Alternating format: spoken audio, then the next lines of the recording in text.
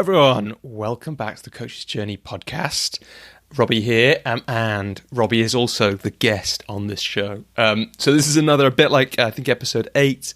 I wanted to revisit some content I created a couple of years ago when I sat down to think about what are the stages of the coach's journey.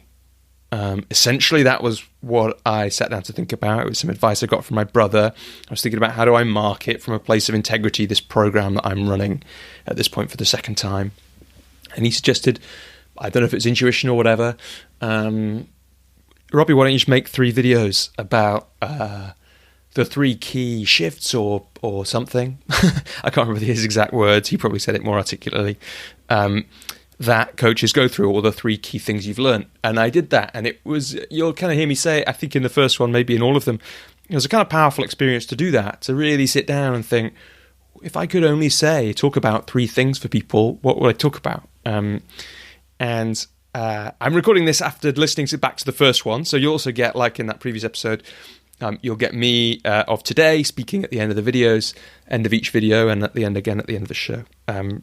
And I've just listened to the first one, and I say in it, you know, it was a powerful thing to create for me, and it was to pull all those things together. Just to say about the podcast generally, for the foreseeable future, I think it's probably going to shift to more like a monthly podcast. I haven't released an episode in the last month because I've been working on my book, provisionally titled The Power to Choose. I read the book The One Thing about 6 weeks ago, and I kind of avoided it because it sounded a bit faddy, but actually having read it, I think it's probably, it's gone right up to the top of my list with books, of books that help with productivity and getting things done. The other ones that I love are The 4-Hour Workweek, so much good stuff in there, especially tactically, and also The War of Art on a kind of deeper level by Stephen Pressfield. So anyway, The One Thing is great, and it got me really focusing, and one of the things it got me focusing on was the one thing I needed to do last month was finish that book. And then when I sat down to think about how I needed to make sure that happened, one of the things had to be, don't do anything else on the podcast this month off from that. Anyway, that's over now. The draft of the book is finished, which is amazing and exciting. And actually, while I'm on the intro, you can read the first 3 chapters of that released because the book is in some ways written to support people in times of uncertainty. So they are part of my offer to people in this strange time we're in the world right now. You can read them on my website or on LinkedIn. The other parts of my offer, there's quite a few pieces from my 12-minute blog on LinkedIn. A few of them are linked to on my homepage as well, about written from and about how to deal with uncertainty from everything I've learned. And there's an offer of coaching for people who are really finding themselves struggling, which is natural to be doing at times like this, and think that coaching would be really useful. Me and 3 trusted colleagues have got space open in our calendar every week for people with no pressure to become a client and no conversation about that, at least in my coaching sessions. So if you or someone you care about or know might be interested in that, check out robbieswalecoaching.com, and you'll find a link there to coaching for uncertain times. And it doesn't have to be me. Mike and Nicole and Charlotte are all great coaches, so do check that out. So we'll get onto the videos in a sec. I noticed that, this is, I think I said in one of the other, maybe in the other episode, my wife Emma, when she was listening to one of these videos, pointed out I was using my coaching voice in them. And I wanted to catch that because I think it's a really interesting thing to say. And I am a bit, you'll be able to hear slightly the difference in how I'm talking. And part of that is I think I'd done some work to get really present. A friend of mine who's a coach said a great thing about that. We were just having a conversation and she was like, oh yeah, I know I'm more present right now because my voice has just dropped. Some of it is also me, of course, harking back to my time as an actor and getting to that question. If I was someone who was really good at playing a character, right? If I was someone who was really good at doing videos, what would I be like right now? And I think slowing down. I sometimes speak really fast. In fact, there's a great coaching school video of me giving I think it's still on YouTube. The coaching school where I trained is resting now. But I think there's a video still on YouTube. I'll try and remember to link to it in the show notes, of me giving a testimonial for the coaching school. And I just come off giving a presentation and I drank about 4 coffees and I always speak fast. But in this video, it is extraordinarily fast. So I was probably also aware of that in this video. Anyway, The three stages that we'll get to are, it still annoys me that these don't scan in a good way. I should have grammatically chosen them so that they do. But the three stages or states or ideas that I think are most important, or I thought 2 years ago, and I still think these are three absolutely vital stages, things to go through as a coach if you want to create an amazing business, is make the commitment, shift so that you believe you can create your own business, and do your own work. And those are the three titles of the three videos: commitment, create it, do your own work. You can watch them on YouTube if you want to see them in their full technical glory, or listen on to this video. As always, please share this resource if you can with anyone who might need it or be interested in it, anyone who might want to create a coaching business and do this work and make it sustainable. And if you can, make your rating of the podcast somewhere. Share it, give it a 5 stars or whatever other ratings are available, or click follow or subscribe. That's really useful. Other than that, I'll be back in a few minutes after the first video, which is commitment.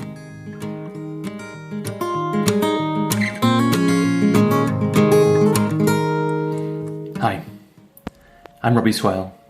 I'm a coach based in London, and I'm here today to create a video about one of what I see as one of the 3 key shifts that coaches need to go through to create the businesses that deep down they want to have.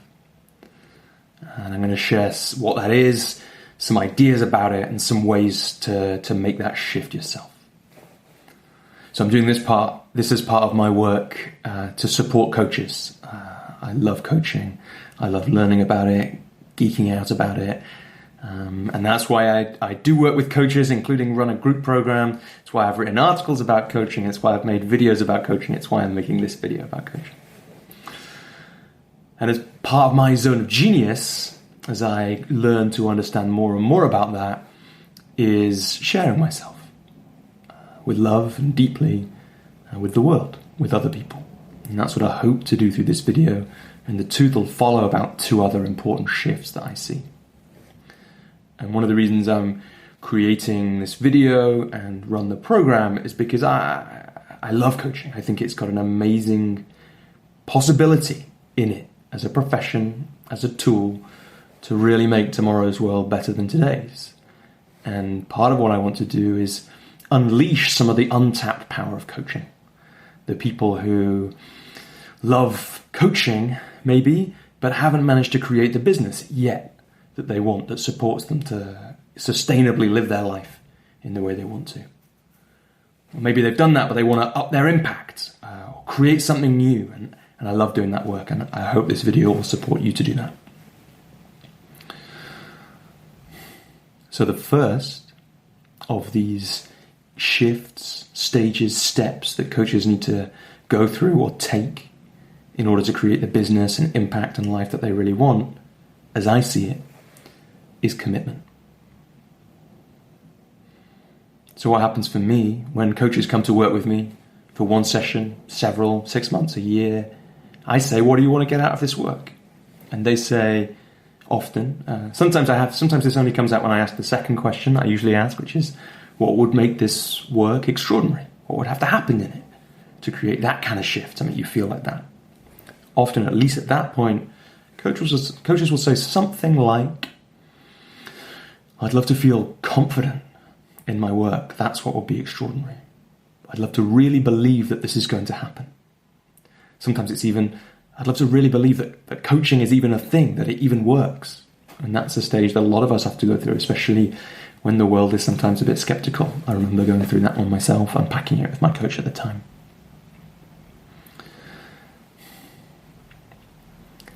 But those ideas that we need to wait for confidence or wait for belief, they're tricky for me. In fact, to me, they feel like resistance. Pernicious, tricky resistance in the way that Stephen Pressfield talks about it. The force that stops us from our callings, the things we deep down really want. And the reason that I think it's resistance is that I think that confidence, at least in the way that we normally talk about it in society, is a con. And here's why. Here's how I came to that realization. First, last year I was writing an article for another website about the 3 gateways to a powerful coaching engagement. And as I was writing that, I realized something about confidence. I gave it a new definition, my own, which is confidence is a deeply held belief that the actions we take will lead in the end to the outcomes we desire. A deeply held belief that the actions we take will lead to the outcomes we desire. And I'd seen that through my coaching. I'd seen many people report an increase in their confidence over the work we did together. And how I saw that happen was they would decide with me to take some action. They would understand and express what they wanted. They would decide to take some action. Then they would come back. We'd speak again. And they would see that the actions they'd taken had taken them closer to the outcomes they desired. Then, at the end of last year and the start of this year, I worked with Rich Lippman. He's a coach and an author, a fantastic coach, and a wise man. And one of the distinctions he brings into his work, he says, confidence is a result, not a requirement. And this resonated with me, and you can see from the definition why it would, because how do you develop that deeply held belief? Well, you do it by taking action. That's what I'd seen with my clients. It's what I'd seen for myself. So confidence is a result of taking action and not a requirement. So for those that are waiting for confidence, waiting for belief, they're going to be waiting a long time. Those things aren't what you need. What you need is commitment. Making a commitment to coaching, but to anything, frees you. It doesn't feel like it should, does it? It feels like it would tie you down. But that's not what I see. What I see is that when you give yourself the stability, I am committed to coaching, you're freed up to create in other places. Where's the trappedness? The trappedness comes from not being committed. Because when you're committed, you're free to play a long game. If you're not committed, you're constantly playing a short game. And that's not good for business. The funny thing is, if you play a long game, if you free yourself to do that by making a commitment, what I see is things happen faster for you. They certainly have for me. In the short game, you're trapped. You're trapped by desperation, by neediness.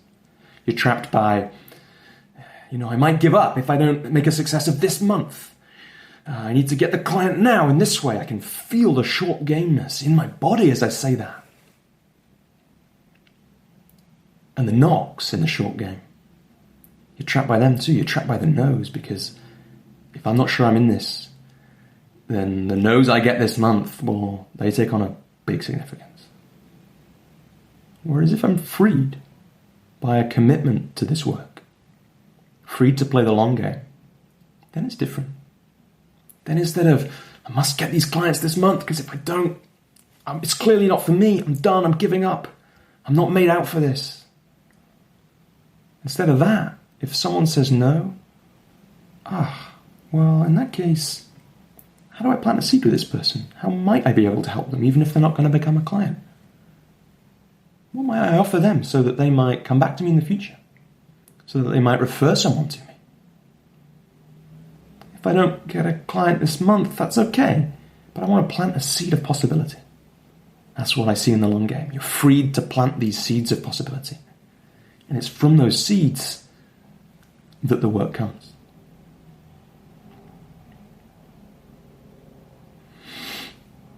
Then there's a question, I guess, that some people might have at this stage. They might not quite buy that commitment, that it's that confidence is a con, that idea. So I want to offer you 2 things to show you that a little bit more, how even if you don't believe that, commitment is important, because you won't always feel equally confident. And there's 2 reasons for that. One is, I think that's just how humans work. I don't feel equally confident about things day to day. My confidence fluctuates. Some days, I'll feel like I can do anything. I'll feel like I could coach anyone. I'll feel like I could reach out to anyone or speak in front of anyone. Some days, I don't feel like that at all. Now, I think that's human. So on some days, you won't feel as confident as others. And also, I think it's almost impossible to be a coach without also being an entrepreneur. And being an entrepreneur means sometimes doing new things. Maybe it's just working with a new client. Maybe it's a new way of working, some new training you're going to put into action, some new type of work or a new company you're working for. But there'll be new things. And you won't feel as confident there. You won't feel like it.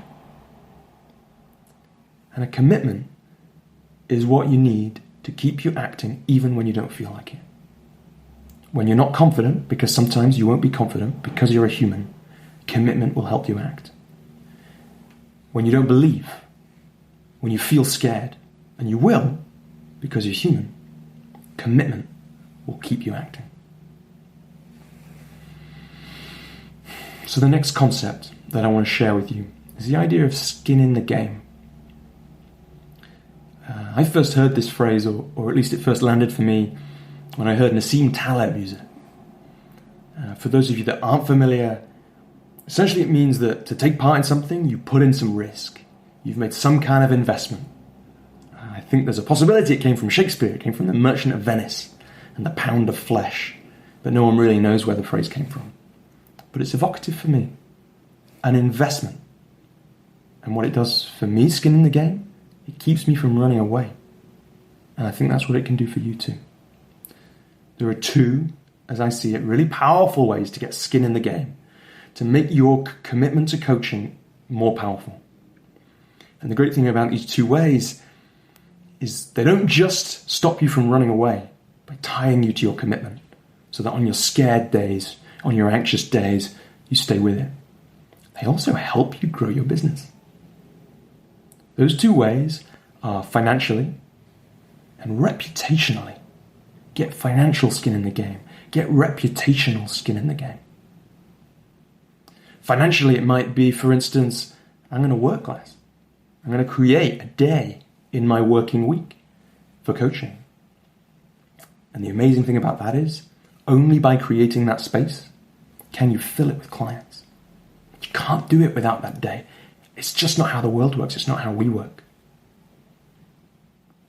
Only by investing money in yourself, in your own development, can you deepen your experience so that you can give even more value to the clients you meet, you speak to. Reputationally, only by putting yourself out there, by telling people you're a coach, by sharing that, can people become clients. There's one surefire truth, that the reverse of that is true. If you don't tell anyone that you're a coach, you can't get any clients. These are the kind of things, the kind of investments that will keep you from running away. Now some people say, well, I'll invest when I'm ready. I'll invest when I'm sure. But the sad thing is, just like for the people waiting to be confident, we get ready by starting. We get sure by taking action. We take action by starting, and we start when we commit.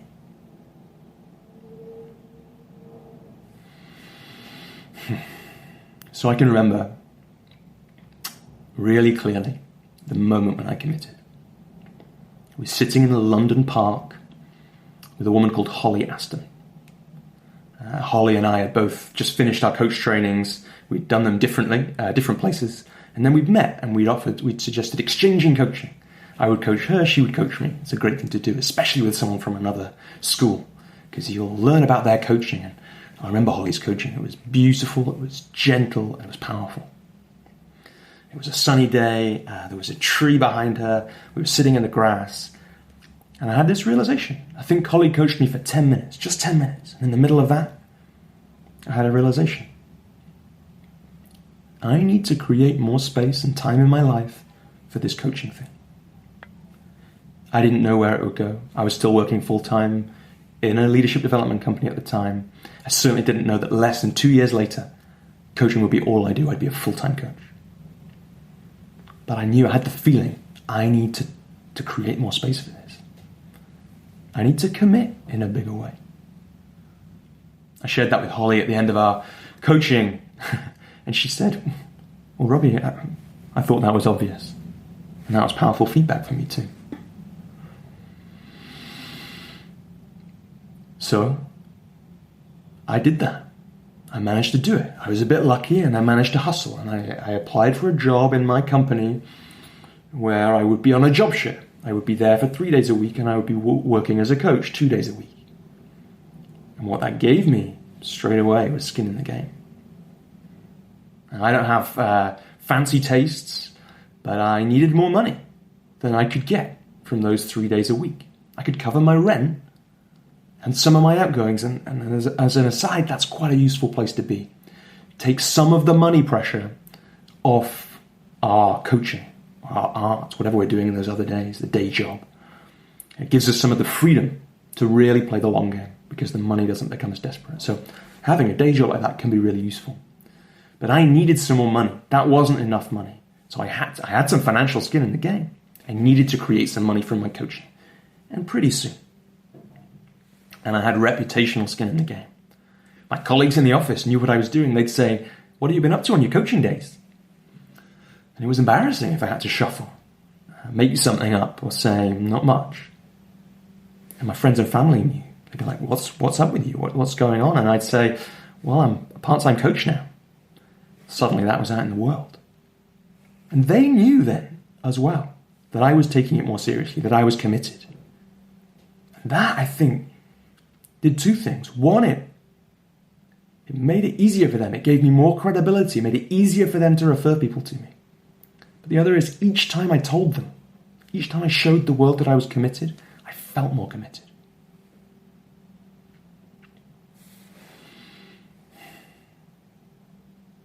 So then there's a question. Commitment frees you.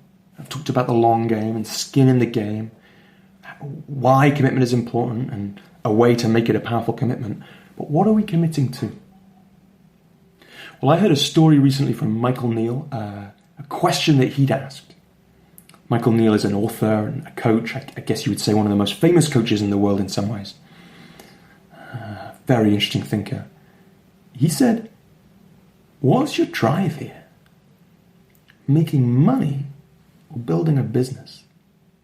Now, they're both great things to do. I love making money, and it's really important to say that because I think a lot of coaches, people who want to do good in the world, they sometimes have this attitude about money. They have a bit of ickiness about it, like it's a bad thing. It's not. It's a wonderful thing. But the commitment that you need to make, the one that will free you, is a commitment to building a business. If your drive is to make money, then that's something really different. That's back to the short game. In fact, if your drive is to make money, don't start a business. Don't be an entrepreneur. You've probably got years of experience in an industry. Stay there. Get a promotion.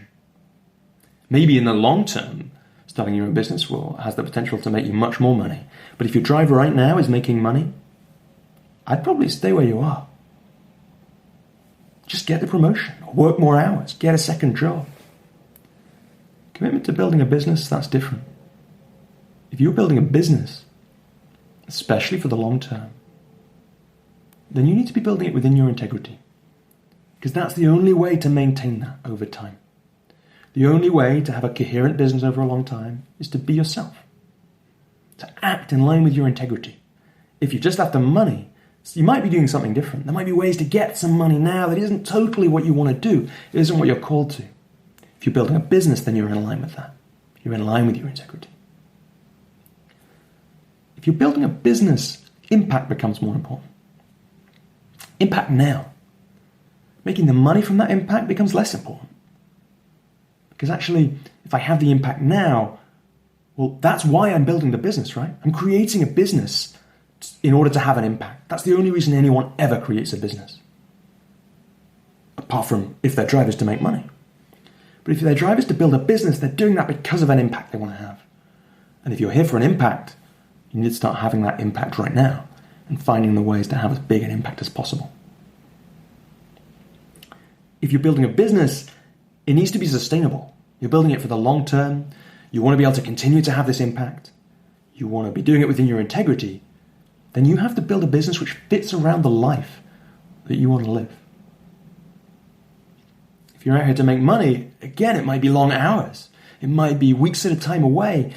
If you're in line with your integrity, if you're building a business that fits the life that you want to have,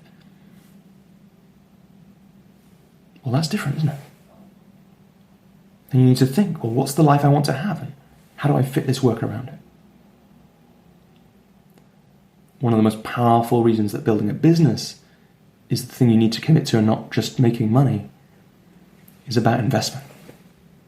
Pretty much every business needs an investment at the start. For you, that might be an investment of time. It might be an investment of money. Often it'll be an investment in yourself. And those investments, if you're out to make money, especially in the short game, why would you invest? Don't spend more money. Just make it. Make as much money as you can while spending as little as you can. Spend as much time as you can on just making money, not on building a business. But if you're committed to building the business, then you know the investment will pay off. Most of all, you know if you're building a coaching business where you're selling yourself, you're the product, then investing in yourself, in your personal growth, well, that's a safe bet. That's a no-brainer. I had this thought with some training I was looking at last year. It was $3,000 and I'd need to fly to Houston. I didn't do it in the end, but I got to the place where I was like, well, how many extra clients would I need to get ever to make this investment worthwhile? Suddenly, it felt like an obvious investment that I could make. And that's why this whole piece is why one of the reasons why I offer a group program for coaches. It's a way for them to invest in themselves, but also it's a way for them to commit fully to coaching. That's the commitment they're making. I make that explicit actually in the group. You're here to build your coaching business. And when you've made that kind of commitment, when you've settled that you're building a business and you know the investment will pay off, then it gets exciting. And of course, you've got some financial skin in the game too. Most of all though, building a business brings us back to planting seeds. You're always planting those seeds of possibility. Whether it's investment in yourself, whether it's something different, you know these seeds, they're going to come back. Maybe not this year, maybe not next year. What about in 5 years? What about in 10 years? That's why you need to act in line with your integrity. That's why you need to do business well. And of course, if you do all this, if you invest in yourself, you make the impact you can, an ever deeper impact, because the more work we do on ourselves, and I'll talk about this in another video, the deeper our own impact can be. The more we build a business that fits the life we want to live, which frees us again even more to be in our business with integrity, the more we invest in ourselves, the more we plant seeds, well then the money comes anyway. So, that's what you're committing to, building a business. So how do you commit? Well, the interesting thing is, for me, in my story, you could hear the moment I committed, well, it wasn't when I went part-time. And neither was it when I paid several £1,000s to train as a coach, and that was before the conversation with Holly. It was in that moment. I had the insight, I walked away from the park. I knew it. Inside, I knew it. I'd committed. How do you commit? You decide to. Stephen Pressfield, in his book The War on Art, which is about how you beat your resistance, how you get to the places that you really want to, how you respond to the things that are calling you. He says you beat resistance by turning pro. How do you turn pro? Well, one day, you decide to. He compares it in The War of Art to how an alcoholic or an addict beats their addiction. How do they get sober? Well, one day, Stephen Pressfield says, they decide to. I had a conversation with my friend Mike Toller. He told me a story. He said, one person asked another, wow, you've been married so long. How do you stay married all these years? What's the secret? And the other person says, well, each day I decide not to get divorced. And that brings us on really to my final point for you, my final idea. Because it's one thing to commit. It's another thing to stay committed. It's another thing to recommit when you've slipped and fallen. And you might not need to do this every day. Just like I suspect the person who stayed married didn't have to do it every day. But at every wobble, You might have to. Every time you make a mistake, every time you don't fulfill your commitments to yourself, to your business, to your calling, you need to recommit. The voices will be going in your head. They go in mine. Some people call them gremlins. Pressfield would talk about them as resistance. Your head will be saying things like, wow, you didn't introduce yourself as a coach today. You said you would and you didn't. Maybe you're not cut out for this. Maybe the voice will be saying, you only did 3 of the things on your to-do list today, and it was a coaching day. You did all that work to create this day for coaching, and you only did 3 of the things on your list. Maybe this isn't for you. Maybe you're not cut out to be a coach. And then you've got 2 choices. You can listen to those. You can believe them. Or you can say thank you. Thank you, resistance. Thank you, gremlins, for reminding me that I didn't meet my commitment, for calling me out. But I'm not going to give up today. I'm going to recommit. I learned the power of this. I understood it differently when I heard Tim Ferriss tell a story. He's a podcaster and a writer. And he was sharing about how he finally was able to meditate in a different way. What used to happen to him is he'd give up. He'd get angry with himself for not being able to do it. And then he realized what the part of it was that if he kept doing it, he would know he was getting stronger. He would know his focus, his mindfulness, his presence was deeper. Tim Ferriss loves physical exercise. He knows a lot about that. He's written a great book about it. And when you go to the gym, you lift weights to get stronger. Strength is the aim, but you don't just hold the weight up. You lift it. And it's the number of reps, the number of times you repeat that makes your muscle stronger. And Tim realized that the rep in meditation is bringing your attention back. It's catching. Oh, my attention's all over here. I'm not focused on the thing I want to be focused on. And bringing it back. That's the rep. Well, in commitment, recommitment is the rep. That's the thing that makes sure when you slip, when you notice you're not fulfilling your commitment, you bring yourself back. This is the thing that's going to make my commitment stronger. If I recommit today, and then tomorrow, and then the next day, then today, and then tomorrow, and the next day, and the next day, and the next day, my commitment will grow stronger. And that's why I believe that commitment is the shift that coaches need to go through. If they want to create the businesses, the lives, the practices, the impact that deep down they really desire. Thank you for watching this video. It's been powerful for me to create. I hope it's been powerful for you to watch, to listen to. I hope you've taken some things from it. And I'd love to make a little request. I'm a coach, right? Of course I'm going to ask something of you. Share with me. Share with me an insight, an action, a place you noticed you weren't committing and now you're going to.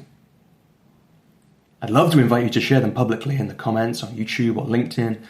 I made a video recently about money, and I felt that the comments, they were kind of more interesting than the video. Some great discussion and value there left for anyone who watches after you. But you can share them privately as well. I'm on hello@robbieswalecoaching.com. Thank you so much for watching this video. Good luck with whatever you're committing to.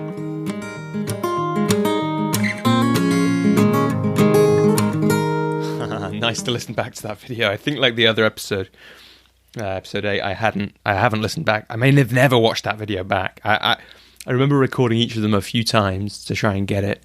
It's a little bit different to recording those other videos because they were just like talk about something you talk about a lot, like how I end an engagement. It's just tell the story from a few notes. This was powerful. A bit like I said at the start, it's powerful because I had to pull together those ideas into a coherent story, and that's a different kind of video, really, but really useful for me to have done. It's also part of some work I've been doing over the last few years, really, to be more present over longer periods and work out how to do that. And in this one, I was kind of probably more in my old operating system. You know, I did loads and loads of acting when I was kind of from about the age of 11 till about the age of 25. It was my kind of almost only hobby, but that's not quite true. Not when I was at school, but later it was what I did a lot of the time, and it's where so many of my friends came from in different ways. And you can hear, I can hear with a trained ear, knowing myself, some of the pauses, and you'll probably catch this now in the other videos.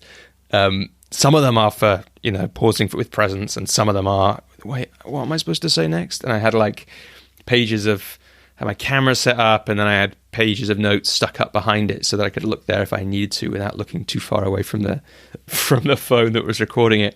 Or probably should have had some kind of, I didn't really want to have actually some kind of, what do you call it, like teleprompter software. I wanted to do it more presently than that, and mostly I managed that. The other thing that I spotted during this is, it's really interesting hearing myself sounding a bit like Rich Litvin, who I absolutely love the work of, and I think was in the middle of working with, or had relatively recently finished working with at that point. I must have finished by that point, finished by kind of 5 or 6 months probably, actually. But it's like, I can hear it in some of the turns of, not kind of turns of phrase, more tones of voice. And I don't think I do that all the time, but I don't mind that I do. I noticed as I was doing it, it reminded me of a great thing that I learned from my friend Vegard, really, about doing shadow work. And I don't know much about shadow work, really myself, except that we did some great exercises which came from it as part of some workshops that Vegard and I and his company Coaching Partner used to do. I don't know if they still do. I'm not working with them at the moment. And one of them was think about someone you admire and the qualities they have. And the punchline of that exercise is basically that you can only really admire qualities which you understand deeply, and you can understand deeply qualities only if you really feel them in yourself. And so I had a really nice moment. I'd kind of learnt that lesson. It took me a while to learn it. Like I had to do the exercise. I didn't really believe that I had these qualities, and then 6 months later, someone gave me feedback that I had them, and I was like, wow, oh, how interesting. It's true. And I had a great insight when I was working with Rich that one of the reasons that I admire him is that I have some of those qualities myself. So I don't mind hearing myself sound a bit like Rich, although I suspect if I made these videos now, I would sound a little bit less like him. A couple of things I wanted to pull out. I wanted to slow down. I had to pause the thing, wind it back to get this bit where I said really fast, we think we'll only invest when we're ready or we're sure, but we get ready by starting. We get sure by taking action, and we only take action when we start, and we start when we commit. And I had to check I wanted to check that I was right, and I think I am, right? But I also wanted to give you that again. So it's a little confusing. It's not quite as neat. If I'd been planning it better, I would have probably, or if I'd stuck to my lines, maybe I would have got that in a neater way. But if we think that we're only going to invest when we're ready or sure, that's a con, that's a short circuit that won't serve us. And that's because we get ready by starting, and we start when we commit. And it's because we get sure by taking action. We take action when we start, and we start when we commit. I wanted to pull that out. I also wanted to pull out, I didn't talk about it in this video, but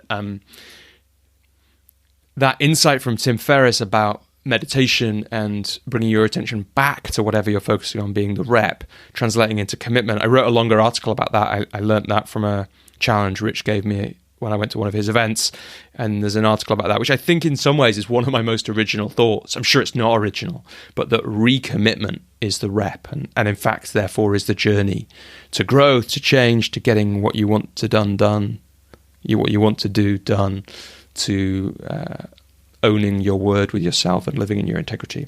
So I'll put a link to that in the show notes, or you can find it on thecoachesjourney.com or my website, or robbieswalecoaching.com, and it's called Recommitting is the Journey, and a picture of a woman doing weights as the header for it. So look, the next video, onto that now. It's about a shift, which I think is really important, and I think really is the gift of The Prosperous Coach, the book, for many of us, but I'll get into that more. And the next video is, how do we come to a place where we deeply understand that our coaching practice, our coaching business is something that we can create? And the title of the video was Creative.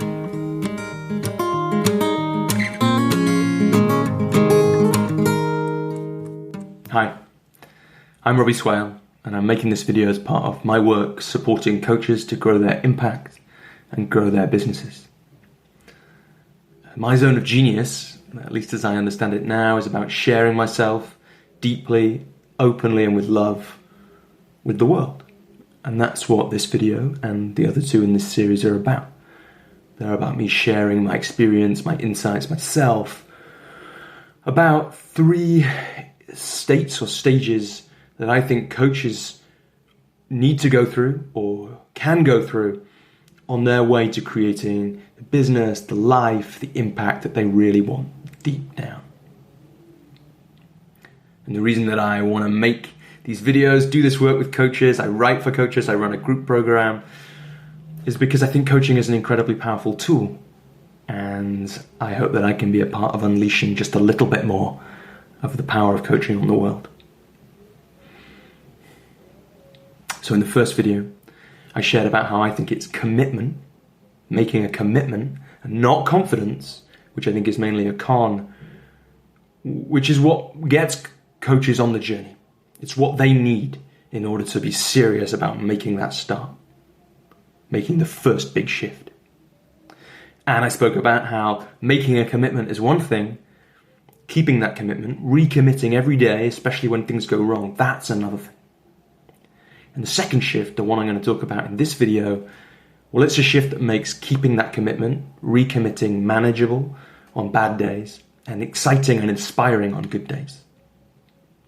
It's the shift to believing that a successful coaching business is something I can create. Believing I can create it.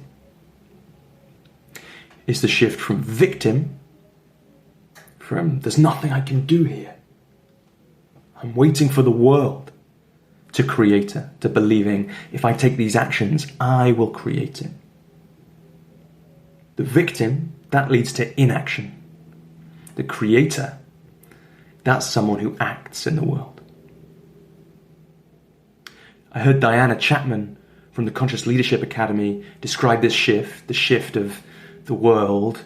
My coaching business is just something that happens to me, to the world is created by me, as a shift from threat to trust. So it's deep. When we feel like we're a victim, we feel like things are out of control, we feel threat, we feel scared, we feel like things are scarce. Evolutionarily, it's part perhaps of that fight, flight, freeze reaction. When we're under threat, we do one of those things. And either way, we're not taking concerted action. At best, we're running or we're fighting. At worst, we're freezing. And there's the inaction. When we're the creator, we've learned to trust. In this case, trust. If I take these actions, then the business, the life, the impact that I want, it will come to me. Sometimes that trust does come through confidence. If we commit and we hold to that commitment, then in the end, we understand, we have the confidence. Remember, I spoke last time, confidence is a deeply held belief that our actions, the actions we take, will lead to the outcomes we desire. But that's always a result of taking action, that we have that deeply held belief. So what I want to talk to you about in this video, that's about ways to speed up, ways to find things we can trust and build our business from that place. Because the truth is, you've been a creator in your life hundreds of times, in many different places. Maybe, for instance, you've, in your previous work, got a track record, a proven track record of creating results. Perhaps even creating clients there.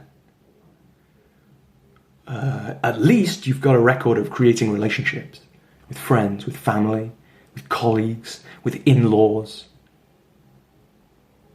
Maybe you've got experience of creating a life for your child so that she can thrive and grow and live the life that she wants to live. Maybe it's something different. It's events. You've got experience of creating parties, creating your wedding, creating something different, some other kind of event in the world, creating a project, creating a result. And the game to trust faster that you can create the business that you want is to build that business from the things that you've already done hundreds, thousands of times, because you can already begin to trust them. I believe that's why thousands of people read an article I wrote about my story of coaching. They read that and they thought, well, these things, I think there were 7 things in that article. These 7 things, they're things I could do. I can trust just a little bit more, maybe just this bit more, this bit more, this bit more. That these will lead to the business if I just do these things. Partly because, I was telling the story openly and honestly that it had worked for me. And partly because they were all things that people felt they could do. Well, I can learn. In fact, I love learning. Or, I can send emails to people, especially heartfelt, authentic emails. Or, I can buy a coach. I can buy coaching and get a coach. In fact, I'd love to. Imagine if I could trust that was something which would lead to me growing the business that I really want, that would lead to me creating it. And I'll talk a little bit more about that, about doing our own work in the next video. It's this, having things which we've done before in our life and building our business from there, that I think makes the book, The Prosperous Coach, so powerful. It's a book by Rich Litvin and Steve Chandler, and one of the core principles in it is you're a coach. You're great with people. So spend time with people. Make your business, growing your business, about that. Not about hiding behind a computer. Not about whatever else you might think it is. Make it about speaking to people, about coaching them powerfully, about opening up conversations. People read that book and they think, wow, I could do that. I could do this thing that they're talking about. Ideas like that, like the ones I wrote about, which were inspired massively by The Prosperous Coach, and the ones that Rich Litvin and Steve Chandler wrote about, they can shift you into creator. And you can feel it when that happens. You can feel the difference. I remember a time I really felt that shift. I was still training to be a coach at the time, but I was getting to the place, as before the story I told in the first video, I was getting to the place I knew I was in it. I was pretty sure I was in it for the longer term. I was working in a small leadership company at the time in Somerset House, in some offices there. It's a big old building in London. And I sent a message around the tenants newsletter so that other companies, other people whose companies were based in that building, they would get an email from me or a message from me in the email. And it said, I'm looking for practice clients. Would anyone be interested? I got 5, 6 responses. And I was on a call at the time. I just had those responses, I think, with a woman called Carolyn Freya-Jones as part of a training course by the brilliant online training organization Coaches Rising. And I asked Carolyn a question. I said something like, I've got these people. What can I do to help them become clients, to make it more likely? And she beautifully didn't answer my question. And I think that's because she saw an opportunity to serve me in more powerfully by helping me shift into creator, by helping me see that I could create it. Because where I was like, I've got these 6 people. I need to do this super well. I need to really get this right. Otherwise, those 6 people are gone. I can't write to the newsletter again, and I'm back to square one. It's out of my control, and I'm the victim. So instead, what she said was, well, how about this instead? And she gave 2 ideas, actually, one to me and one to someone else, and I could feel the energy as I heard them. They were about invitation. And I'd read about, in The Prosperous Coach, about invitation, but I didn't know how to do it. And the ideas were these. First, sit and think. Who would you be inspired to coach? And then write to them, or call them up. I write because I'm 33, so calling people up, for people my age, sometimes feels a bit weird. But maybe call them up if you can, and say, well, look, I got this advice from another coach, and you can do this. I got this advice from another coach to just sit and think sometimes about who in the world would I be inspired to coach, and then just reach out to them and offer them that gift. And I thought of you, and here's why. And then get really specific. Why are they inspiring? And then even the invitation is a gift to them. And then say, make it real. Look, you don't have to do this. There's no pressure to say yes. And there's no pressure to become a client if you do. But this is a gift I'm able to offer right now. And I thought of you. That was the first one.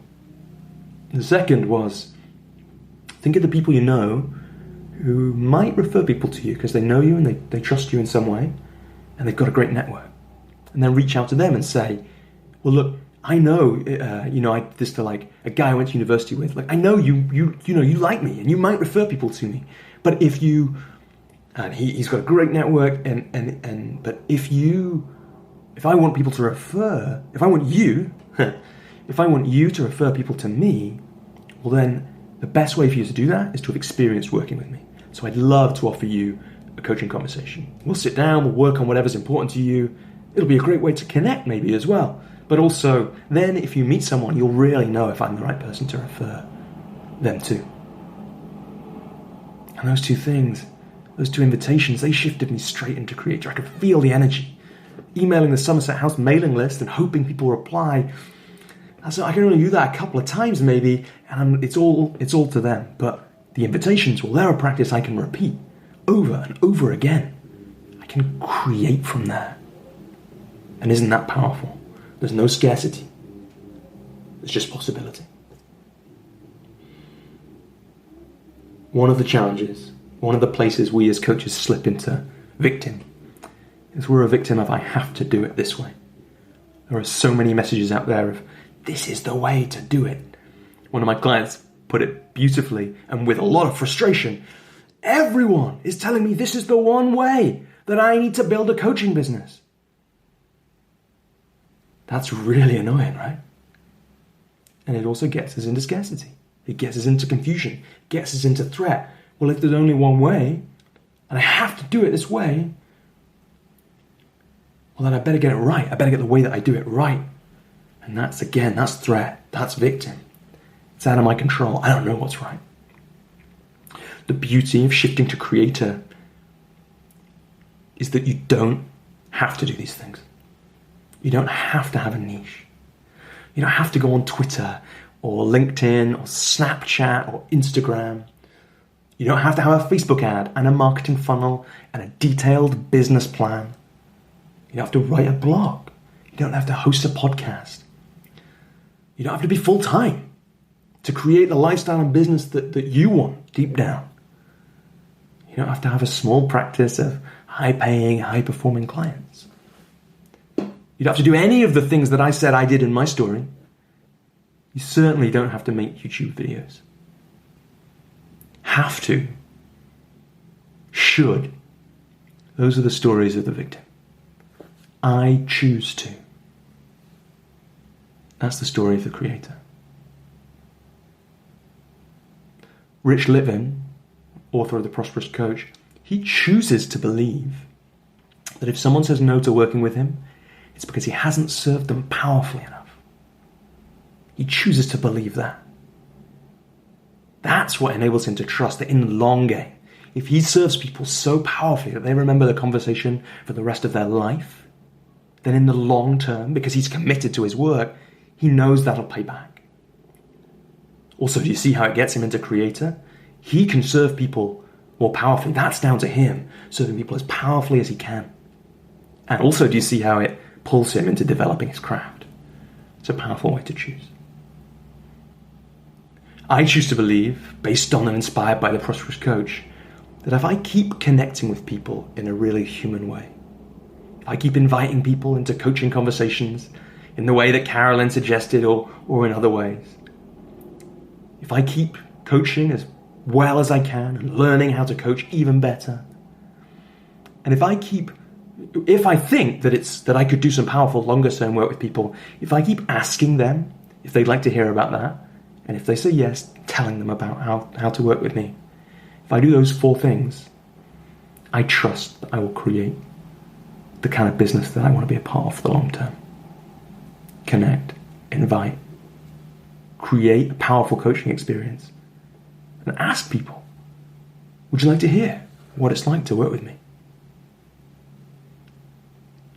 those things, they become my compass. Partly at first, I trusted it because they sounded like things I could do. I'd done them before.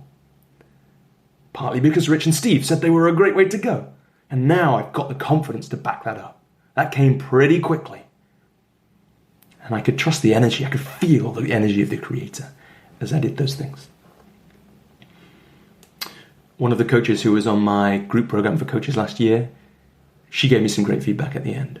And when I got this feedback, I'm going to read it from my notes. This is about when I decided I need to run that program again.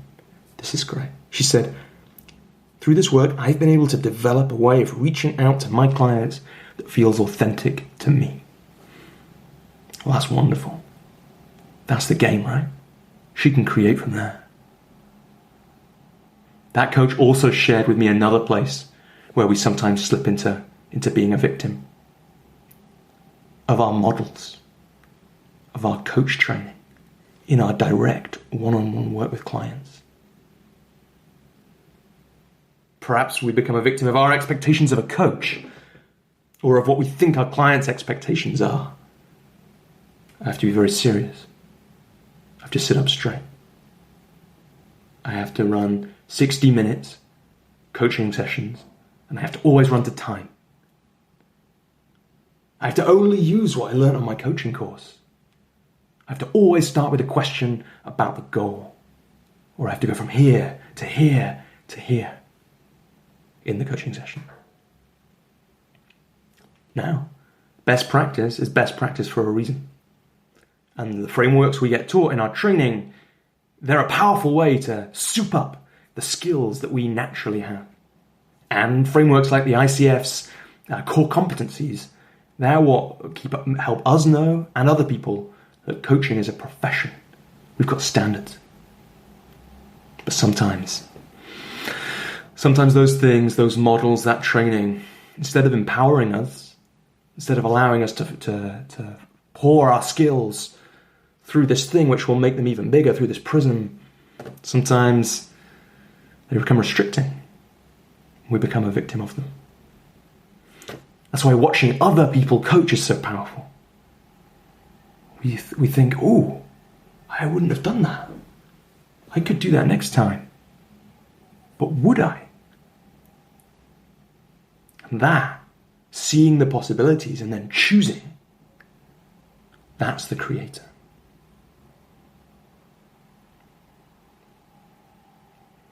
So why am I so sure that this is the right way to go? That it isn't that there is the right way to build a business and the right way to coach? Well, that's because I believe what Robert Holden believes. So to slightly paraphrase him, I believe the next level of success is available to you if you dare to be more fully who you are. The victim thinks there's one way to do this. Only one way. The right way. But the creator knows that the prospective clients, the people you could do your best work with in the world, they'll be spoken to most if you dare to be on your website, in your marketing, yourself out in the world. They'll be spoken to most if you dare to be more fully who you are. That's when they'll want to work with you. The creator knows that in your one-on-one work, as you're speaking to clients, they'll be transformed the most. They'll achieve the things they want to achieve the most. They'll feel more themselves if you dare to be more fully who you are. The skeptics might be thinking, well, who says that's true? I would say, I don't care if it's true. What I know is if I choose to believe that, that gets me into creator. Creator is where I take action. That's the game. That's how I stay on the road. So I stay committed for the long game. By understanding that the world is created by me, not happening to me. To choose to believe that I can affect the world, that it's in my control, not out of it. To move to trust, not threat. To move to creator, not victim. So get out there. Create it. Thank you for watching. I hope you've taken insights away from this video. It's been powerful for me to create it. And a pleasure. I can feel my energy now, creator, right in this moment. If you're interested in learning more about what I have to say, check out the other videos in the series. There's more videos that I've made on YouTube on everything from pricing to how I structure an engagement to my first conversations. And if you'd like to do some more work, well, consider joining my group program. We'll get into this stuff. We'll get into more. I'll support the coaches who join to build their business, coach more fully as who they are. And that's exciting. That's about unleashing power. And I'd love to hear from you. If you want to reach out, I love talking about coaching. So email me at hello@robbieswalecoaching.com or place a comment on YouTube or LinkedIn, wherever you're watching this. Thanks for watching. Good luck.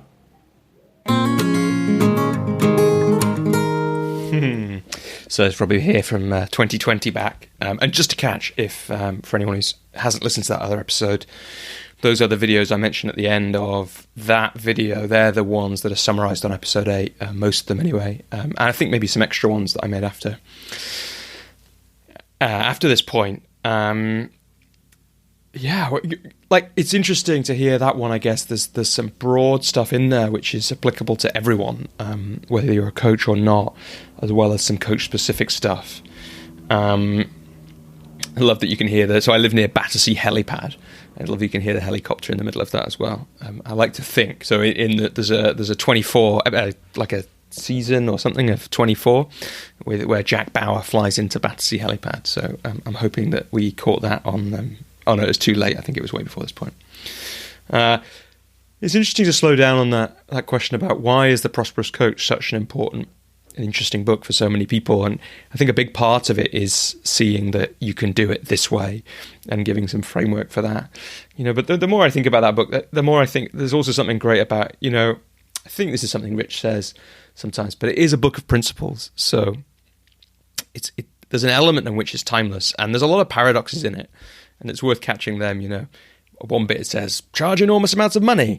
And another bit it says, if you haven't got any clients, drop your fees to $30 an hour or whatever. And in one bit it says, never give away any coaching. And the other bit it says, gift coaching to people. So, it's a book of paradoxes, and that means that we can all find our own way in it. It's worth just catching.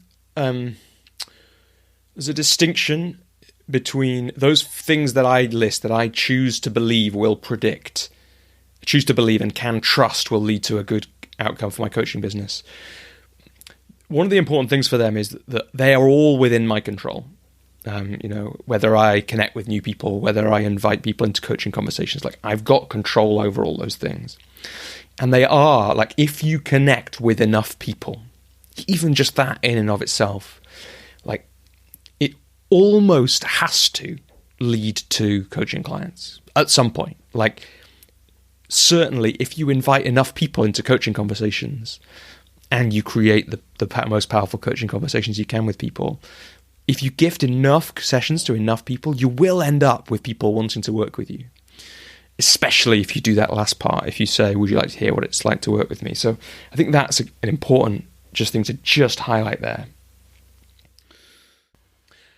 I want to catch the importance of the energy of the creator, which I mentioned at the end there. I think there's a few ways you can think about the shift from victim to creator. Diana Chapman, who I mentioned, and Jim Dethmer in their book, 15 Commitments of Conscious Leadership, they talk about some shift practices. So what can you do to shift from the world happening to me to the world created by me? And they can be as simple as take 3 deep breaths and change your physical position, but there's more than that in there. And I think making something from nothing is one of those things. If you can train yourself, if you can be creative, then you begin to see that you can make something from nothing, whether that's an article or a collage or a song or whatever it is. And that does embody, going back to the first video, the confidence of the creator. And then you can bring that to other parts in your life. I think receiving coaching has an innate quality about it that brings about the feeling of the creator in people, and so does creativity in a more pure sense, the kind of art, that kind of something from nothing. And that's something really important. I don't think it can be overstated. I've just been working on The Power to Choose, and it's a book essentially about realizing far more than we think, that we have an agency in our lives and the power to choose things. And the longer you do this kind of work, the more you realize, I think it was the first longer article that I wrote online and shared, was about how creating a sense of possibility, which comes from realizing we have the power to choose, we have agency in our lives, has a fundamental part to play in changing the world for the better. So many of the things which go wrong in the world happen from a place where people feel like they're hopeless and they don't have a way to change things. Lastly, I wanted to catch I just thought it was interesting at the very start of that, and at the end actually of that video, just on a much more practical level, you can hear me playing with marketing and how you do that. And I don't think that I've got that right, maybe in these videos or generally, I don't think I've particularly got it down, but playing in that space of how do I talk about why I'm making these videos, i.e. which was partly to create members for my group program, and at the same time hold the integrity that they are videos and quality of content in their own right. I think that's a game that we all have to play. Listening to these videos back to back, it feels like I'm talking about that stuff a bit too much, especially because I could be cutting this for you, but I've just decided not to. Because I think, especially because of this conversation, it's interesting to think about that. If we're going to make things in the world, how do we make a big enough request so that people know that I can serve them? How do I make a big enough request so that if people want to be served more by me, they know that I'm offering that without being too in your face? And I think that's a tricky part of it. It's why the Prosperous Coach approach is so good, because it means you don't have to worry about that too much. You just do, you go to the specific of the one person and you invite them, and then depending on whether it's right, you make the proposal later on, and then depending on whether it's right, they say yes or no. But I think it's a really interesting thing to think about in this kind of case. And it's worth everyone slowing down when you make something to make sure that you are being generous in allowing the people who want to stay connected to you, who love your work, to continue to love it in whatever way they can. And it can be really generous to, a bit like I talked about the commitment of spending money on coaching in that first video. It's really generous to let people know they can buy things from you. If they don't know that, then they might be sitting there wishing they could, or wanting to know how that is, and need to hear someone say, and you can do more of this if you like this, without being so in your face that people get put off, because there is a kind of, there's a challenge that a lot of us face operating in the online world, a bit like my client in that video is complaining about, where there's a lot of people telling you their way is the only way, and kind of trying to trick us using clever techniques into buying things. And because I'm interested in the long game, I'm always trying to steer clear of that. The other thought that I had just coming out of this video was about creating a body of work. These 3 videos, the other videos in episode 8, all these podcasts, part of it is about creating a body of work. These videos don't get watched that much, which is one of the reasons, again, a bit like in the last one, the last episode that was like this, I feel comfortable sharing them again. But they do get watched, the views do trickle up, and that's a fascinating thing about the online world, and people can find them if they're interested in them, and some of you will have watched them before, and thanks again for listening again. One of these videos I had the thought, I once caught myself in the kind of paradoxical thought, God, I can't believe only 50 people have watched this video. And then I thought, God, I can't believe 50 people have watched this video. I think they're all on more than that now, but no, these ones aren't on that many watches, and yet they are part of my body of work. And if people want to get to know me before they speak to me, they really can. And that's one of the reasons that it can be, for the right people who love creating work in some way, or want to do that as part of their own growth and development, creating something and leaving it online as part of a body of work is a powerful way to create a coaching business in the long term when playing the long game. I think, if I remember right, we're going to get into a story about how I created another part of my body of work in this last of this series of 3 videos, which is about how it's important as coaches for us to do our own work. There's some great stuff in here, and I'll be back again afterwards. But before that, enjoy this, the final of those 3 really important stages, things that coaches need to do in order to create a long-term sustainable business. They need to do their own work. Hi, I'm Robbie Swale, and I'm making this video today as part of my work supporting coaches to grow their impact and grow their businesses. I met my coach this week, and I spent the first 10 minutes of it quizzing her about the intricacies of how she runs her business, because I love talking about coaching. And we had to kind of haul ourselves back to doing the work that we were there for. And that's what this video is about, why it's important for coaches to do their own work, why they might want to strongly consider receiving coaching. We hauled ourselves back to it, though, and we did that. But I love talking about coaching. One of the reasons I love coaching and talking about it is because I think it's an incredibly important tool for creating change in the world. And I get frustrated and sad, or I just feel like there's this sense that there are coaches out there who haven't yet created the business they want or the lifestyle to go with it that will give them the lifeblood to keep doing this important work which they have the talent for in the world. So this video is partly I'm making it, partly I do all this work with coaches. I write for them, I make videos, I run a group program for coaches because I want to contribute to that. Partly this video and that work is about me leaning into my zone of genius. My zone of genius, at least as I understand it now, is about sharing myself deeply, with love, with others, with the world. So that's my aim for these videos. This is part of a series of 3, and they're about me sharing my learning, my experience, my beliefs about 3 of the key steps or stages or fundamental parts of the mixture that happen in a successful coach's journey. As a coach successfully creates the business, the life that deep down they really want. So the first video in the series was about commitment. It was about how it's making a commitment to coaching for the long term, and not a belief and not confidence, which I think is mainly a con. It's the commitment that will make a real difference to you in creating a successful business. The second video is about shift from victim to creator, from feeling under threat in our business to trusting that we can create it. This video is about a third vital part of the mix. If you want to do work supporting people to learn, to grow, to develop, to transform, then it's absolutely vital that you are learning and growing and developing and transforming. And the way to do that is to do your own work. I learned about the importance of this early in my journey. I learned about it from The Prosperous Coach, a brilliant book by Rich Litvin and Steve Chandler. One of the things they say in that book is, would you trust a doctor who told you they never went to the doctor? I learned it from Rich later on when he said something like,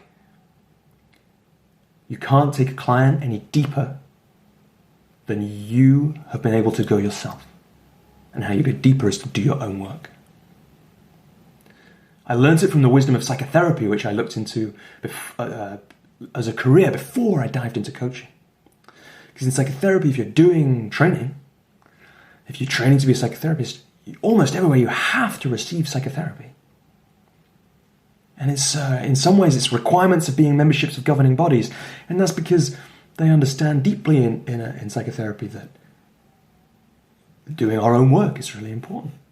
And particularly if you're sitting doing deep one-on-one transformational work with someone, you need to understand yourself so that you know what that's going on in you is about you, what is about somebody else, and what is about the relationship between you. I also learned about it from Jamie Smart. He's a coach and a writer. And he said coaches often came to him and said, with marketing problems, I haven't got enough clients, how do I market my work? When he got to it, when he did the work with them, it was mostly what he called a grounding problem. And grounding, as I understand it, certainly as I see it, is about being grounded in reality with a deep understanding of that, a deep understanding of what makes up reality and how it works, and of yourself in that reality. And when you have that deep understanding, and you get that deep understanding by doing your own work, then your business development problems look very different. So I'm going to share some of the advantages of doing your own work, some of the ways it pays off in this video. And I'm going to start with 2 stories from my journey. And they both come from a time when they were key in me stepping from being a part-time coach into being a full-time coach. I had made the commitment, like I talked about in the first video already. I was coaching 2 days a week, working in an office 3 days a week. And I got to the point where I was making as much money from the coaching as I was from my time in my office. And I knew the time to be full-time was coming. And around that time, 2 offers to me appeared out of the blue. The first was an email, and the email said, "Hi Robbie, I'm running this leadership program next year, and I'd love for you to be the lead coach on it." No, I mean, my mind blew. But not only that, it came from a woman, Jo Hunter, who I was inspired by, thought was amazing, and did and does do amazing work in the world. So I thought about it, and then I said yes. And only later on did I feel secure enough to ask Jo, because why did you offer this to me? Because in my mind at that point, we'd met 4 or 5 times. I was just starting out. Why would she choose me? And the answer she gave, and Jo, if you watch this, you can comment on whether this is true or not. The answer she gave was, "I just got a feeling that you'd be a great person to do some work with. There's something about you." That something, I believe, was the fact that I had done my own work. And I believe so hard that was what made the difference in another role that arrived around the same time. I felt too young, too inexperienced. In fact, according to their role description, I was too inexperienced for this offer that came in.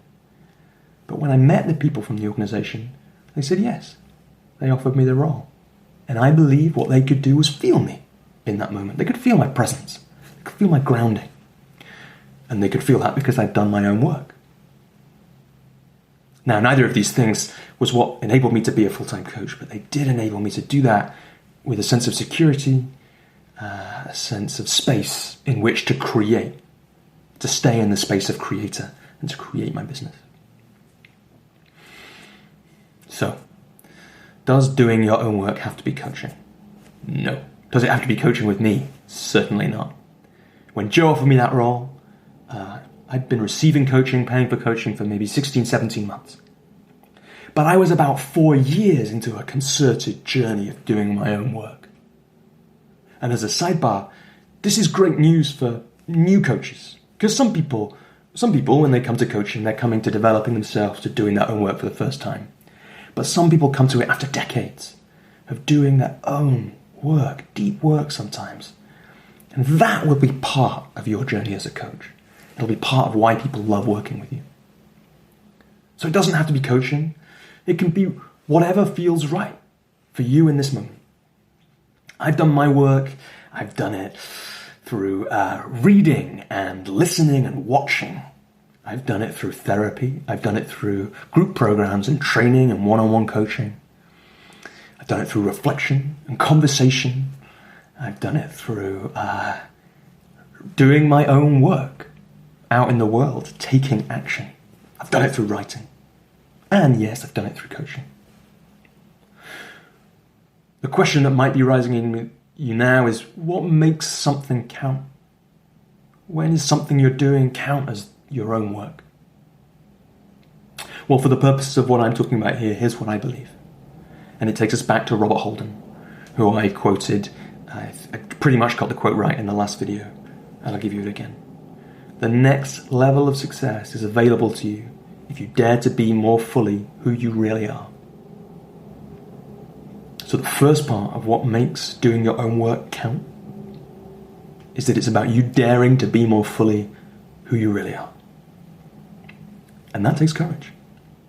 And the second part is that you take that learning about who you really are out into the world and you take action. And that takes courage too. But boy, there are some rewards. So there are so many benefits of doing your own work. I'm going to talk mainly to two of them now. The first, if you're an entrepreneur, if you're committed to coaching, then you're committed to being an entrepreneur. It's almost impossible to be a coach without being an entrepreneur. But even if you're not a coach, being an entrepreneur, if you run a business, it is hard. There are challenges. And if you're in a sole business, something you care deeply about, and for many coaches that's true, then it's even harder.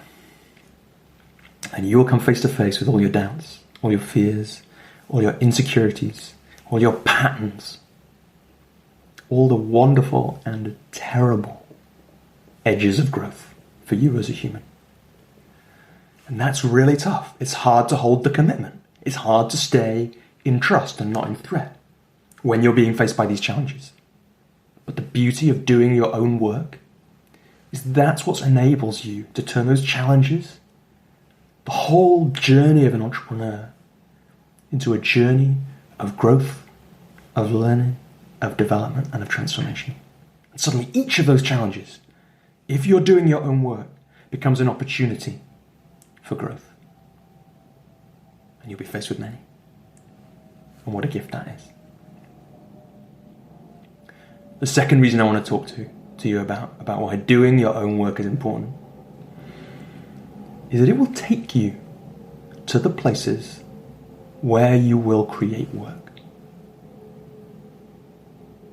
Because if you keep doing your own work, daring to be more fully who you really are, well, first, like I said in the last video, the people that might work with you will see you more. They'll see who you really are, and they'll be able to know.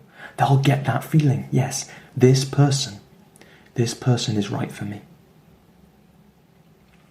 But more than that, as you do your own work, you'll start doing the things that you've always deep down really wanted to do. You'll start picking up the dreams you've forgotten. You'll start making changes in your life. Not only will that inspire people, but as you do those things that you've always wanted to do, as you go those places you wanted to do, you'll meet the people who also want to do those things, want to go those places. And chances are, you can do some powerful work with them. One of the ways that I have done my work recently evolved into a practice from doing my own work. There's a little cycle there. And that's online writing. I didn't set out to write articles online because it was a thing that coaches should do or a good marketing thing to do. I didn't even set out to do it because I'd always dreamed of being a writer. So that's not how I remember it. But I was doing my own work. I noticed that I was really scared of sharing myself online. Commenting on Facebook, liking on Twitter, certainly sharing any part of myself. I could feel it physically. I was anxious. So I brought that to my coach, Joel. And we did work on it over weeks, maybe months.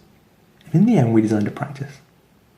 And Joel, he used to be an artist, a visual artist before he was a coach. He said, I always used to like creating paintings in a series.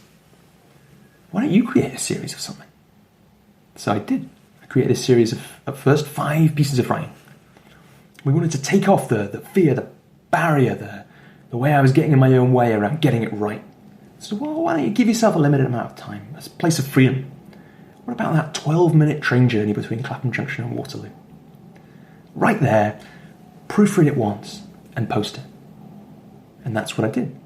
And I chose to post it on LinkedIn because that was where no one I knew really went. No one really read LinkedIn.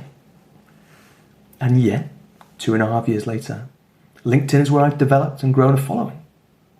Yeah, fairly modest by some people's standards, but quite a lot of people that I've connected with, and they've connected with me because of my writing. Not only that, I've reconnected with people I knew from years ago who've come and done work with me because they read my articles. Writing, as I mentioned, is one of the ways now that I process things, that I do my own work and take it out into the world, right? And sharing that writing is what enables my work to reach beyond the people that I'm speaking to. So there are so many reasons that doing your own work can be powerful. Should some of doing your own work be coaching? Well, if you're a coach, then I firmly believe the answer is yes. And that's because whilst doing your own work in any way is vital to you being able to support others to transform and to be able to successfully hold to your convictions whilst running a business, which can be a tricky thing. There are so many things you will learn about coaching from receiving it. You'll have stories to tell potential clients, which instantly give you credibility. They stop you being the doctor who says, yeah, here's a prescription, but I don't take it. Instead, you become the doctor who says, yeah, I've taken this medicine, and it worked, and here's how. And what a powerful message that is. You also learn about coaching, about creating clients. Like I said in the last video, that's an important part of shifting into the creator mindset. Because you'll see, what do I like? What don't I like about being coached, about speaking to a potential coach? And then you can choose which of those are the things you're gonna use. And the way I coach and the way I run my business, I've borrowed things from almost every coach I borrowed things from coaches who I just met and didn't even do work with. And I've learned so much from the 4 coaches over the last few years I've paid to work with me. So much. If you want to embody the power, the magic of coaching, there's nothing like experiencing it yourself. Then you know for sure what it's like, how it can change everything for you, your whole perception of the world when someone asks you the right question, gives you that piece of feedback, shows you something new. But also, if you're carrying doubts about coaching, is it even a thing? No one will ever pay for it. Well, find the person who you want to pay for it. Pay a fee that makes you a bit uncomfortable, and then feel how worthwhile that is. Find out for yourself if coaching is even a thing. Experiencing the magic of coaching is the surest way to believe in the magic of coaching. But also, paying for coaching, going through that process to buy it, it will just multiply by so many times how you understand what your clients are going through, and therefore how you want to go about doing your business. If you want to charge £3,000 for your coaching, but you doubt anyone will pay it, and you haven't paid it, well, maybe you're right to doubt that anyone will pay it. Find out. Who is the person that you would be willing to pay that money to? And what would they have to deliver? What would they have to say to you in order to get you to want to do it? How would they have to be? And then when you pay the money, you'll understand, what are they going through? What's it like? And then you'll also know, when you go through that work, what do I need to deliver for my work to be worth that money? And you'll know, what happens to me when I pay that money? What does it feel like? And therefore, what's probably happening for your clients when they do that? You'll learn what it means when they say, I need some time to think about it. What it really means, because you'll know what it meant for you. And you'll be able to understand when to give them time for that. And when to say, no, I think you're just beating around the bush, because you'll remember it from your own experience. You'll know what it means when they say, not right now, another time. You'll know what it means when they feel buyer's remorse halfway through the coaching engagement, and what supports you when you're feeling that. And then when you've got all this knowledge and experience, you can use that when you're on the other side of the table. So, if you want to be able to get through the challenges, the difficult times, which will come if you put yourself out there in the world and run a business, a coaching business. If you want to take advantage of the amazing journey of growth that running a coaching business, being an entrepreneur can be. If you want to believe more in coaching, understand more about it, and understand more what your clients are going through. If you want to do more powerful work, have a more powerful presence. If you want your life to change in magical ways, to be more who you really are, do your own work.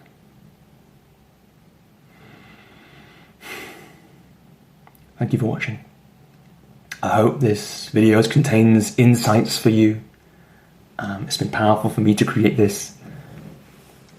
and the others in the series. And if you'd like some more support, if you've got that feeling from me, maybe like Joe did, like my clients do, then look me up, reach out.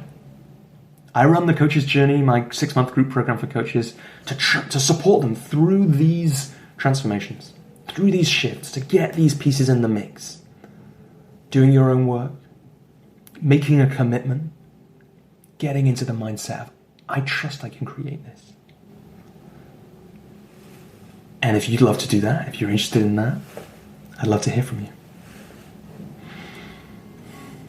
And good luck on the journey.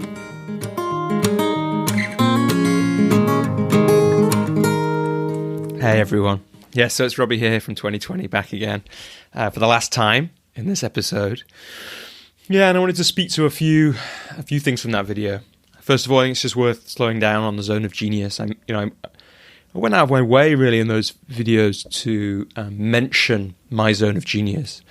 I think that was because I was really in the place then of trying to double down on that. So for people who don't know that, it comes from a book called The Big Leap by Gay Hendricks, which is really worth checking out. Some people hate it. I found it both a slightly odd read because the ideas in it are somewhat disparate. There's kind of 4 or 5 key ideas, but each of them has been really powerful. And in terms of books that have contained, a set of ideas, and for me they included when I stop myself being happy, what he calls the upper limit problem, the zone of genius, and his attitude to time, which is just kind of amazing, and which I wrote about when I wrote a longer piece about time management. It's really worth checking out. And so my aim with these videos was both to do what my brother Ewan had suggested, but also, as a piece of marketing for my program, but also get into that zone of genius and try to dare to be more fully who I am and use that as a way to get the right people on the program. And I think you can hear me getting better at that, and I've continued to do that work since then. Joe, who gets a mention in that video, I do some work with her at the moment, leading a leadership program. Actually, I'm back leading the same one that I was coaching on 4 years ago, or whatever it was, with her, but facilitating the workshop parts of that. And that in the last 2 years, I did that last year at a different university. The leadership programs are for leading researchers. And those became a practice in becoming even more present in those moments when I'm presenting. So I'm no longer reciting a script using that actor part of me as much. I think in these videos, in that one, I noticed in the do your own work video, you can kind of hear that I'm better at that in that one. But there were still a few pauses where I think I was probably scrabbling for what am I supposed to say next? And I definitely recognize that from rehearsals of plays when you're just getting off book. Yeah, I think it's worth also saying one of the reasons it's important to make things is that they make you articulate things. In this one, I had to sit down and think, why do I do work with coaches? Because I wanted to say that. And I think that thought has developed since then, but I basically still believe it. But if you're going to say that, you have to really, if you've got a commitment to telling the truth and to authenticity and integrity, you have to if I'm going to say what I stand for here and what I believe, I need to think about what I believe, and that definitely helped me. And it's only been emphasized since then. I'm really interested in this futurist called Jordan Hall. He's got some amazing things to say. You can find him on the Rebel Wisdom YouTube channel. It always takes me about 20 or 30 minutes of the videos with him, usually, to kind of get into his space. And then when I do, my kind of mind continually blows. One of the things he's interested in is how do we make sense of the world together? Because the old ways we had of doing that, like the media and politicians, we just don't trust them anymore. And they don't work in the way that they used to work. And one of the things he thinks, and I really agree, is we need everyone to be better skilled at discerning in the moment what is true and what is not, both for ourselves and in conversation with others. And coaches are people who are essentially, if they're trained well, are trained to do that. And also receiving coaching trains us to discern, at least for ourselves, what do we want. So I think it's an incredibly powerful and important thing, especially in complexity, to develop our instinctual ability to trust ourselves and to and to discern the right thing to do in any moment. It's definitely been a powerful part of my journey. I want to catch those things I got to at the end of that video, the kind of powers for a coach of hiring their own coach from a business development point of view. There is an article on thecoachesjourney.com. I'll link to this in the show notes, and I've tried to link to everything that I mention, either me of the present or me of the past mentions in this podcast. I'll link to from the show notes, including my articles. So, and including, I'll try and link to the first 5 train series pieces as well, if you want to go back and see what the start of my writing practice looks like, which is definitely worse writing and shorter pieces than I write now. If you're amazed by how much I can write in 12 minutes. Oh, also, I realised only much later that the journey isn't usually 12 minutes into Waterloo from Clapham Junction. Only very occasionally is, and happens to have just been like the one that I checked that was a 12-minute journey. Anyway, there's an article on thecoachesjourney.com about me identifying and pulling together the 6 reasons why hiring a coach specifically to do your own work is a really powerful thing to do, and telling some stories about that. So that's worth checking out. And I noticed, I had a little insight for myself. I noticed I sometimes struggle, especially because I believe so strongly that it's important for coaches to receive coaching. I'm not sure this is a good thing, but I notice that I have a slight suspicion of coaches who don't receive their own coaching.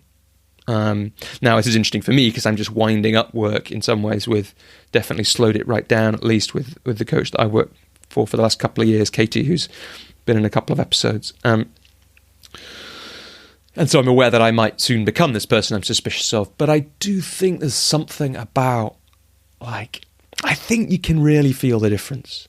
The people who are really doing their own work. And it just makes me, when I hear a coach tell a story about their coaching, I just feel like, right, you get it. And I just, I don't know how much that's true of me just because I know the industry, or if it's just that I get annoyed by people who don't have coaches, especially at an early stage in their work. But I think also it is that Jamie Smart thing about feeling the grounding in people. And then, I remembered as I was listening to that bit about buyer's remorse, just a great moment. When I was working on a Prosperous Coach salon with Rich Litvin, we got about halfway through and we wanted to raise some stuff with Rich about the way the work was going. And, the way he handled it. I've got that video saved because it was absolutely masterful, the way he dealt with our worries about the program. And I realized partway through, I was like, oh, I'm doing that thing that I always see my clients do, which is freak out about halfway through the coaching work when you've spent the money and haven't seen the results necessarily yet. I just think that was such a powerful thing for me. And every time I find a client in that space and start worrying about, oh, maybe I should be helping this person stop the work if they're really, really anxious about the money. And I, offer that and have those conversations sometimes. But I also remind myself, but remember how much I freaked out midway through that. In fact, all of us, or like most of us in the group, freaked out about halfway through that program. And some of it was for good reason, and some of it was just, that's what we go through. And I couldn't have known that without investing an amount of money that made me feel uncomfortable with a coach who I really wanted to work with. So that basically brings us to the end of this episode. Thanks for listening. I guess I want to say again, I meant that thing I say in this video. I really believe in that last video, the do your own work video. I really believe in coaching, and it does make me frustrated when people who want to do coaching aren't able to find a way to do it. And look, it's not for everyone, and I still don't quite know the difference between the people who make this work and the people who don't. But one of the reasons I'm doing all this work is just to give a load of resources to the coaching community so that we can just get more coaches with creating the businesses they want to create. So just an extra nudge and ask from me that if you've got a lot from this video or any of the podcasts in this series, there'll be more. Like I said, they'll probably be coming out monthly from now on as I just find the balance and the rhythm that works for me so that I can get excited about making episodes instead of sometimes feeling like something I have to do, right? Again, it's back to the victim of the podcast versus creator. They're probably going to come out monthly from now on, occasionally with rushes. I had a few interviews that have kind of had spanners in the works because of people's changing availability and things going on for them during coronavirus. But look, if you've taken a lot from this, do share it with somebody. Just think of the coach who you think that would most value it, or the group of coaches or the platform you can share it from. There is a part of this, of course, which is that once a year I run this small group program. Like, can't avoid it in this episode. I'm running it at the moment. I had a call last night, and I love that. I love those conversations. I get a great, amazing feeling from the amazing people I get to work through that. But that's like, there's 3 members of that group. That's not really what this is about. Mostly this is about providing a resource for the community of coaches out there so that more of us, more of you can create the businesses you want to create. So take some leadership with that if you're listening. Share this podcast with somebody or with a group of people or, with where you trained, and just help it get out there. And to everyone who's done that already, I've had some wonderful stories, someone who runs a coach training in Singapore who's sharing it, and it's like, wow, how the hell does that happen, Well, I'll tell you how it happens. It happens because wonderful people like you share it. And the reason I know that the person in Singapore is sharing it is because someone she's training got in touch with me on LinkedIn and told me that. And so it's a really touching thing when that happens, and it also makes me proud because it means we're doing this work together to empower coaches to run businesses and do amazing work. So I hope that's what this episode has done. I'll be back probably next month, maybe in 3 weeks, with another episode. And until then, of course, like I said in all those videos, feel free to reach out. Feel free to ask any questions, and and I hope that you are managing amongst everything that is happening in the world right now to be happy and be healthy and take care of yourselves. And I will see you again next time.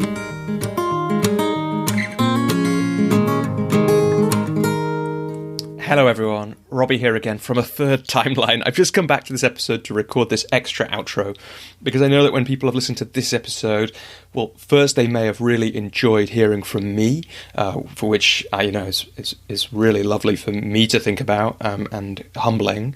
But also because of those things I said at the end about this as a resource to share with the coaching world, and hope that it continues to grow and that more and more people are supported by it. And also that little piece about doing your own work and how sometimes, I kind of mentioned it really briefly there, sometimes it's not possible for people to do that. And there are 2 things that have happened more recently than when I recorded this episode in the way that I support coaches and the way that you can support this podcast. And I want to let you know about them before you go on to whatever else wonderful things you've got in the rest of your day. So the first is that in November 2020, I launched the Coach's Journey community, which is the most affordable and flexible way that I think I've ever really offered for coaches to get support from me. So if you love what I've been speaking about in this episode, or you've heard me speak about in other episodes, and you'd like the idea of getting support directly from me with your coaching business, I created the Coach's Journey community. It's people who want to thrive as coaches with a thriving business and thriving as a person, and want to meet other coaches while they do that and be connected to other people on the journey. Membership starts from about £10 a month and goes all the way up to about £100 a month. You get a different number of group coaching calls, and if you're a full member at £100 a month, you get some one-on-one time with me too. You can find all the information at thecoachesjourney.com/community, and you might want to check that out. And also, if you want to support, if you do want to keep this podcast going and help me help it reach more and more people in the world, support more and more coaches, there's also the chance now to become a supporter of the podcast. You can do that from as little as about £5 a month, and you do that at patreon.com/thecoachesjourney, or you can find, of course, links to it at thecoachesjourney.com. So look, thanks so much for being a supporter of the podcast and a listener of the podcast. I really appreciate your time and energy and all the work you're doing as a coach in the world. So have a great rest of the day, and hopefully you'll be back with us on the Coach's Journey podcast sometime soon.